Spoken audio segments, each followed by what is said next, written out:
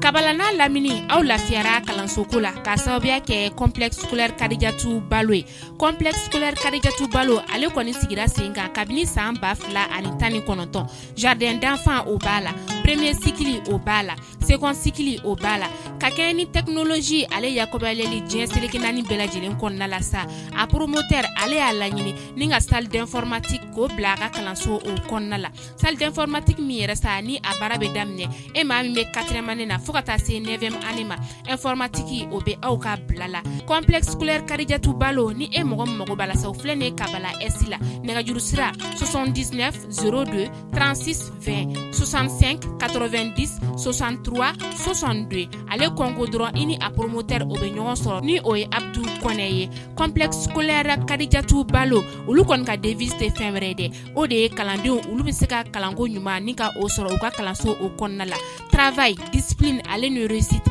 o ye olu jɔrɔnankoba ye. Complexe scolaire Kadijatu Balo kabini e nana denmansaw olu lafiyara kalanko la.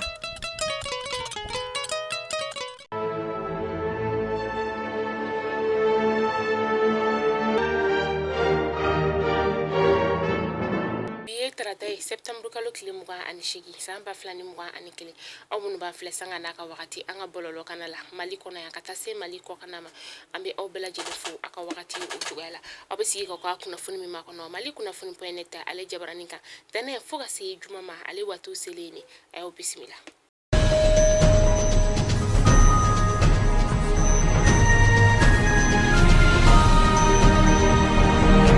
Kunnafoni daminɛla bi an ka fintigilaka ma ba naani olu kɔni welela kiri tigilamaw olu fɛ kunu tɛnɛ ka sababuya kɛ an ka wolomasiri tabaw olu ka minan sanni ko o koɲaw olu de do minan sanni min ta se pankurun ko masani ala an ka ministre ɲamakɔrɔ n'o ye Sumeli Bube Mayiga ye ni ale bɛ kaso la nin wagati na alisa sɛgɛsɛgɛliw bɛ sen na ni ka tɛgɛ da maa o maa nɔ bɛ nin ko in na.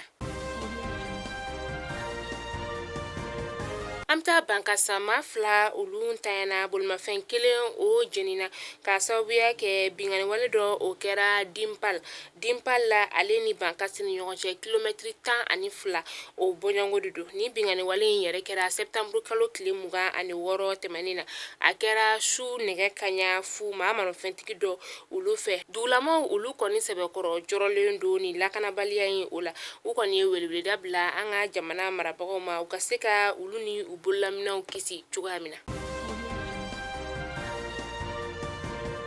Bafula bɛ zon dɔ ale kɔni fagara dakɔlɔsiba dɔ o fɛ dɔgɔkun 2 o kɔnɔna la a kɛra Bafulabekaw olu fɛ yen nɔ maa saba wɛrɛ olu kɔni minɛna ni ka taga olu datugu ka sababuya kɛ suɲɛli ye kalo daminɛ in o la o n'a ta bɛɛ lajɛlen zon olu kɔni bɛ u sɔn Bafula bɛ ale n'a lamini na suɲɛni na Bafula bɛ yɛrɛ ale bɛ Mayina sigida o la juma tɛmɛnen u ye butigitigi dɔ ale ka da ni ka o kari u ye da in karisa zon ninnu kɔni taara ni nafolo caman ye ani a ka feerefɛnw o feerefɛn dɔw yɛrɛ kan sumayalan bɛ o la ka taa se nɔnɔ o n'a ɲɔgɔnna caman ma sɛgɛsɛgɛliw kɔni dayɛlɛlen do.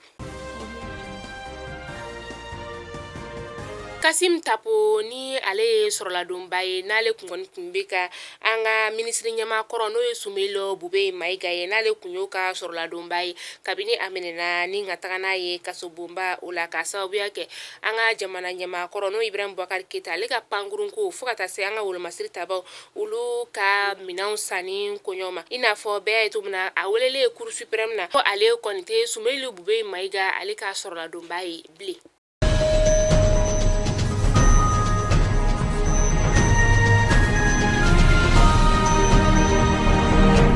An bɛ taa kɔkan kibaru la an bɛ taa Nizeriyakaw olu fɛ yen nɔ binganiwale dɔ o kɛra Madame dugu ale la Madame ale bɛ Kudana bɛ u ka jamana o kɔrɔnyan fan fɛ a kɛra sababu ye ni ka maa 34 ka olu bɔnɛ u ni na karido septembre kalo tile 26 Kuduna dugulamaw y'a yira ka fɔ ko nin kɔni kɛra sababu ye maa 2 de ka kari ɲɔgɔn na ni o ye bagangɛnnaw fo ka taga se mɔnikɛlaw olu ma.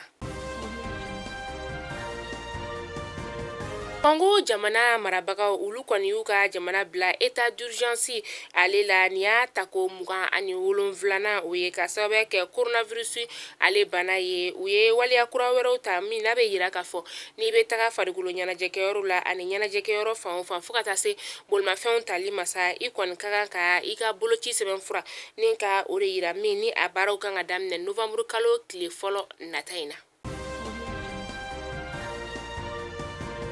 Mali kunnafoni jabaran najɛbaw kunnafoni damadama min tun bɛ an bolokɔrɔ bi ni k'a da aw kelenkelen bɛɛ lajɛlen tulo kan o de tun ye nin n'ala m'an ka jɔnya jɔ an bɛ ɲɔgɔn sɔrɔ nɔ don n'a nataw la kunnafoni kuraw olu kɛnɛ kan yan'an ka kan bɛ di ɲɔgɔn ma sa an y'a fɔ aw ɲɛna tɛmɛnen na k'a fɔ ko Mali kunnafoni.net ale bɛ Play Store kan sisan nɔ aw bɛ a télécharger ni k'a sigi aw ka téléphone kɔnɔna la walasa ka se ka nɔgɔya ni ka o sɔrɔ aw ka vidéo olu lajɛli la ala ni mon plan B ale n'an ka baaraɲɔgɔnya o sababu la o sera ka kɛ o kuma la aw bɛ ka taga an ka Mali kunnafoni.net ka télécharger ni k'a bila aw ka téléphone kɔnɔna la aw kana ɲinɛ fana k'an ka vidéo ni ka u aimer ka u partager anw bɛ yan aw kunnafoni de kama sanga a n'a ka wagati aw k'an bɛn diɲɛ waati wɛrɛ.